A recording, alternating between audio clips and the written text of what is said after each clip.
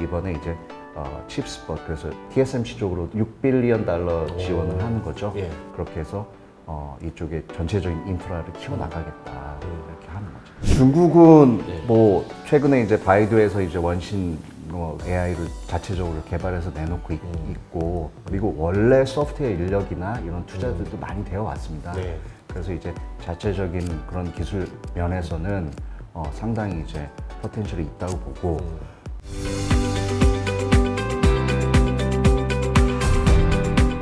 안녕하세요. 이번 시간에는 AI에 대해서 공부를 해보도록 하겠습니다. 송정호 대표님을 모시고 이야기해보도록 할게요. 반갑습니다. 안녕하세요. 예. 지금 AI가 주목된 게 네. 그렇게 오래되진 않았잖아요. 네네. 근데 기업들은 이미 그 전부터 AI를 준비하고 있었던 거예요. 네네. 그래서 이제 제일 수면 위로 떠오른 게 챗GPT가 나오면서부터 예. 이렇게 됐었지만 예. 사실 이제 그 몇 년 전을 거슬러 올라가 보면 예. 이제 그 한 10년 동안에 AI에 대한 기반 기술이나 이런 것들을 많이 투자를 했었죠. 그래서 뭐 2012년 정도 거슬러 올라가면 그때는 이제 이미지넷 챌린저로 해서 많은 이미지들을 이제 판별하고 이런 대회들을 열었었는데 예. 그때 이제 캐나다 제프리 힌튼 교수 또 지금 오픈 AI에 있는 일리아 슈케버 이런 분들이 해서 우승을 했어요. 근데 그때 처음으로 GPU 2개를 썼어요. 그래서 결국 AI와 GPU가 맞물리는 네. 그런 일이 있었고 이제 또 계속 연구가 되고 2017년에 가서 이제 구글에서 논문이 나오고 그때 어텐션 오류 니드라는 논문에서 처음으로 이제 어텐션 함수를 이용해서 그 여러 가지 그 AI 판별을 하는 데 있어서 라벨링이 이제 필요 없어지는 그러니까 연관관계 가장 높은 것을 찾아주는 그런 알고리즘이 그때 나오게 됐죠. 그래서 그 트랜스포 모델을 기반으로 해서 나온 게 이제 챗 GPT. 그래서 GPT가 나오면서 그 이후에 뭐 GPT 뭐 1, 2, 3 이렇게 가지만 거기에서 이제 매개변수를 높이게 되면은 이제 아무래도 또 GPU도 많이 컴퓨팅이 필요하게 되고 이렇게 하면서 인간의 뇌에 유사한 그런 정도의 이 병렬 연산을 해줄 수 있는 그런 AI가 열린 겁니다. 그러면 지금 AI 수준으로 네. 약간 인간의 뇌와 비슷한 사고를 할 수 있는 수준까지 갈 수 있을까요? 뇌는 예를 들면은 뭐 시냅스 이렇게 해가지고 예. 그게 100조개다 하면은 예. GPT-4에서 지금 예. 1조개까지 왔어요. 예. 그래서 사실 이제 파라미터를 계속적으로 늘릴 수는 있는데 그거보다는 이제 인간은 오감이 있으니까 그거를 이 서비스를 구현할 수 있는 쪽으로 좀 방향이 지금 가고 있는 것 같습니다. 그래서 최근에 이제 오픈 AI에서 소라라는 거 내놨는데 예, 맞아요. 이거는 보면은 이제 이미지를 만드는 것들이 있었는데 예를 들면 뭐 달리라는 데서 디퓨전 모델, 디퓨전 모델에 GPT에 트랜스포머 모델을 붙여서 한 거예요. 그래서 1분짜리 동영상을 이제 만들었는데 물론 그 전에도 여러 가지 그런 이미지나 동영상을 할 수 있었지만 보면 뭐 손이 4개라든지 약간의 그쵸. 육손 이렇게 네, 하잖아요. 허점들이 네. 있었는데 이제 이거 분간하기 어렵다. 그러니까 챗 GPT도 이거 AI랑 얘기하는 것 같지 않고 사람하고 주고받는 그런 답변들이 나온다 하면서부터 폭발적으로 이제 서비스를 네. 우리가 출시할 수 있다 이렇게 된 거니까 네.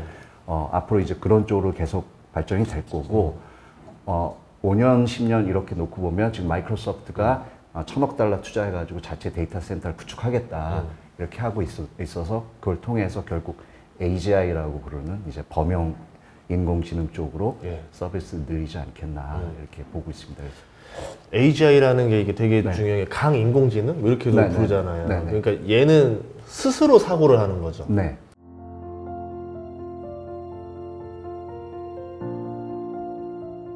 일단 지금까지 구현한 그 GPT나 네. 뭐 다른 이런 생성 AI에서는 어쨌든 이제 다양한 그런 훈련을 시켜서 결과를 내놓을 수 있도록 하는 건데 이제 그런 부분에 있어서 뭔가 인간과 같은 창의력이나 이런 부분은 또 도달하지 못한 부분이 있는데 네. 거기까지 이제 좀 다가서는 거죠. 근데 이제 인공지능이 결국에는 좀 무서운 거는 사람 같은 경우는 각자가 뛰어난 사람이 있잖아요. 네. 뭐 누구는 뭐 글을 잘 쓰고 뭐 누구는 뭐 그림을 잘 그리고 있는데 이거를 공유할 수는 없잖아요. 근데 인공지능은 결국 이게 네트워킹으로 다 공유될 수 있는 부분이 있기 때문에 이런 이 해결할 수 있는 능력이 늘어나게 되면 그야말로 이제 확장성이 어마어마하게 커지는 거죠. 그쵸. 그러니까 AGI가 등장하는 그 시절이 제일 무서운 시절이 될 수 있다 싶은데 이게 언제쯤으로 예상해 볼 수 있을까요? 이제 등장이. 그래서 이제 미래학자들 얘기하는 특이점이라는 건데 서로 다 달라요. 네. 맞아요. 뭐 2045년 이렇게 됐었는데 최근에는 뭐 점점 빨라져서 앞으로 이제 10년도 안 남았다는 얘기들이 벌써 나오고 있어서 예, 굉장히 가까이 온 게 아닌가 그런 생각이 듭니다. 그러면 이제 궁금했던 게 미국이 중국을 지금 반도체 규제를 하는 걸 네네네. 보면 모든 걸 규제하는 건 아니고 네. 첨단만 규제를 하잖아요. 네네. 그 이유가 그러면 이제 AI 때문에 그런 거예요? 그렇죠. 예. 미국에서 규제하는 거 저희들 좀 이렇게 예. 역사를 보면은 예. 결국 탈세계와 이런 것들이 진행이 된 건데 처음에는 무역 전쟁으로 시작됐고 이제 기술 경쟁으로 올라갔습니다. 근데 2015년 이때 보면은 중국에서 이제 메이드 인 차이나 2025 그래서 중국의 반도체 경쟁력을 앞으로 굉장히 키우겠다 하는 계획을 내놨고 네. 2017년에 미국에서 이제 백악관 과학기술안보회의에서 그럼 미국의 반도체 경쟁을 어떻게 앞으로 우리가 계속 성장시킬 거냐 이런 문제를 가지고 논의를 했죠. 네. 그래서 중국의 그런 반도체 굴기가 결국 반도체 시장을 좀 생태계를 망가뜨리고 나아가서는 이제 미국의 그런 안보에도 위협이 될 것이다. 그래서 우리가 이걸 막기 위해서는 인재를 키우고 R&D 투자를 도와주고 나아가서 이제 문샷 프로젝트 굉장히 기술적으로 어려운 것들을 이제 해결해 나가는 것들을 준비해야 된다. 이렇게 했고 여기에 기반해서 결국 2020년에 칩스법이 나오면서 이제 본격적으로 또 규제도 강화되고 지금 현재 상황에 이르고 있습니다. 그러면 미국이 우리는 AGI 만들고 중국은 못 만들게 하겠다. 이게 목표일까요? 그거는 각 예. 업체들이 예. 노력을 해서 할 텐데 예.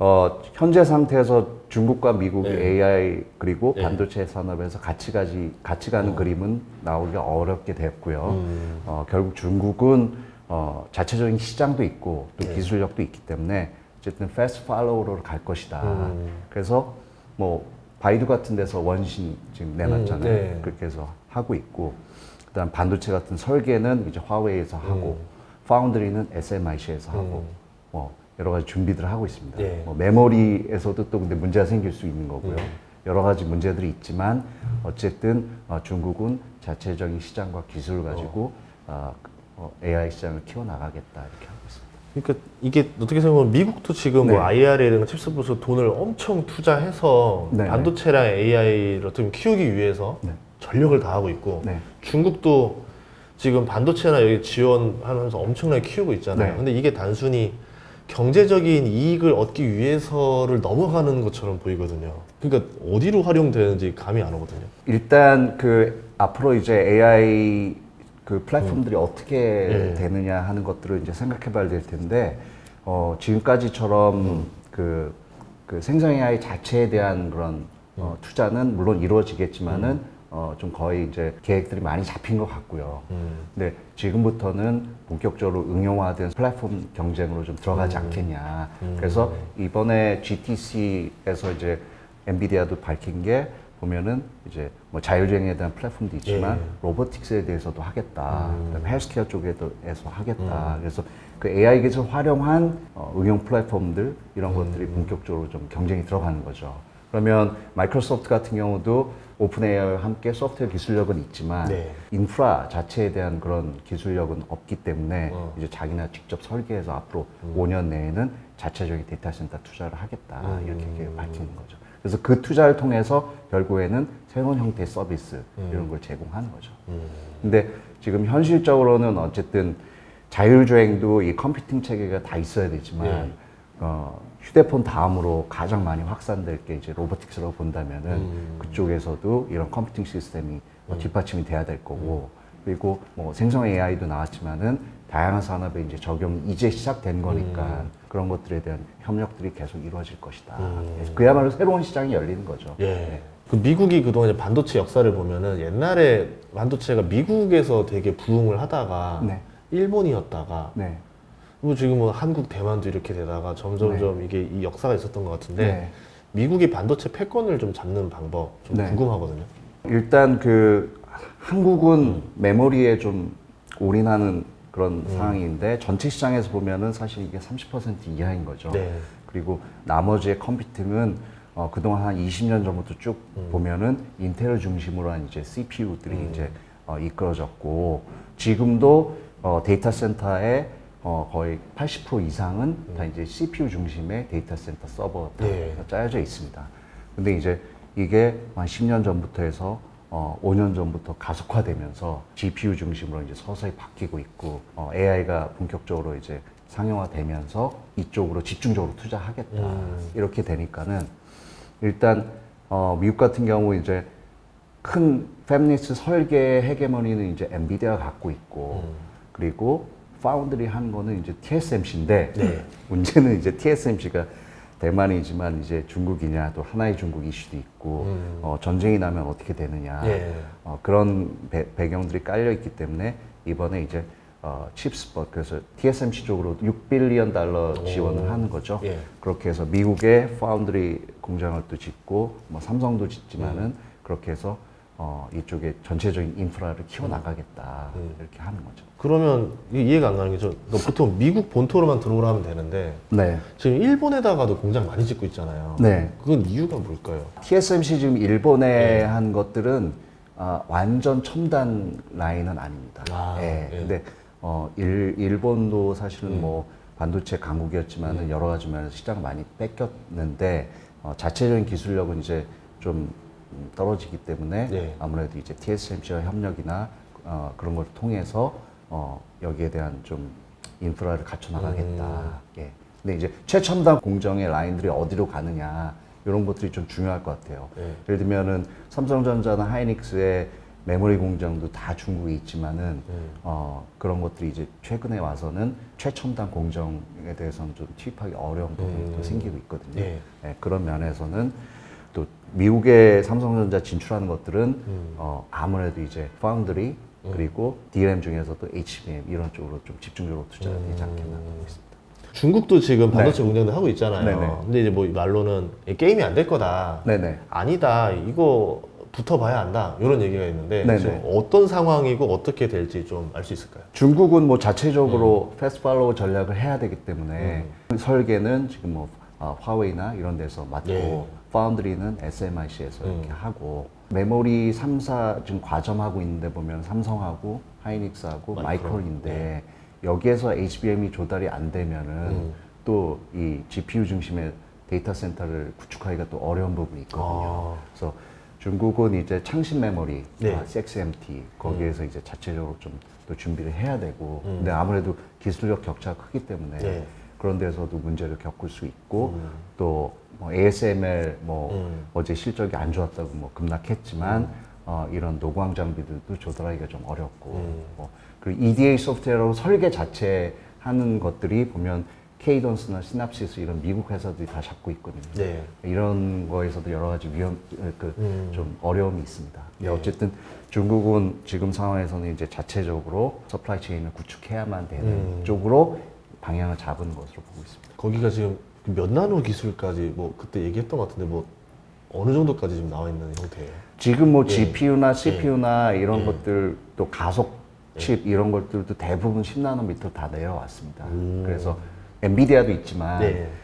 글로벌하게 보면 비상장 AI 반도체 설계하는 회사들이 많이 있는데 그런 회사들도 대부분 TSMC나 삼성의 파운드리를 맡겨야지 실제 칩이 나올 수 있는 상황입니다. 예. 그러니까 굉장히 비용도 높고 이 설계 자체 마스크 하나 뜨고 이런데도 예. 몇백억씩 들어가죠. 그러니까는 이제 많은 회사들이 이제 예. 지금 생겨나고 있지만 사실은 그런 것들을 잘 키워 나갈 수 있는 회사들, 그 다음에 칩 설계 능력뿐만 아니라 소프트웨어적인 그런 기술력도 같이 이제 키워 나가야 되는 그런 상황. 만약에 중국도 지금 AI 기술 빨리 발전되고 있다고 하는데 어느 정도 수준인 줄 알 수 있을까요?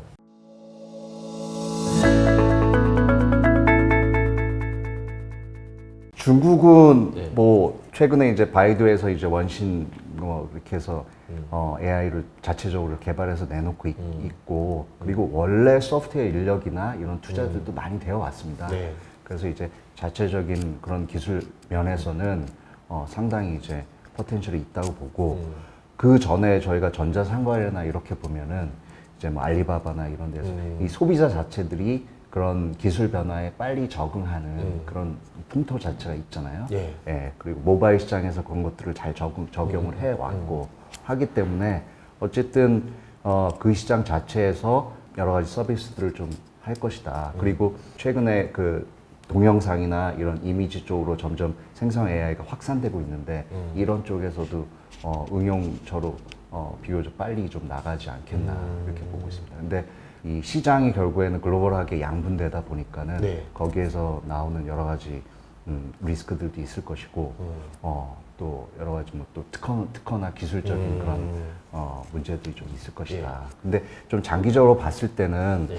결국 전자상거래 시장에서도 이 중국 정부가 이제 규제를 하고 또 경영진들도 뭐 교체하고 그러니까 거기에 대한 이제 전 세계 어떤 금융 투자들도 많이 이제 철수를 하고 이렇게 됐기 때문에 AI 시장에서도 이제 기술은 있고 시장도 크고 앞으로 더 이제 키워나갈 의지를 보이고 있지만 결국에는 체제의 그런 한계에 좀 부딪힐 걸로 그러니까 쉽게 말해서 간단한 질문들 이렇게 던졌을 때도 중국의 체제에 관련된 그런 거에 대해서는 그 제대로 답변을 못하는 그런 현상들이 나오잖아요. 그런 것들은 조금 산업 발전을 좀 저해하지 않을까 이렇게 보고 있습니다.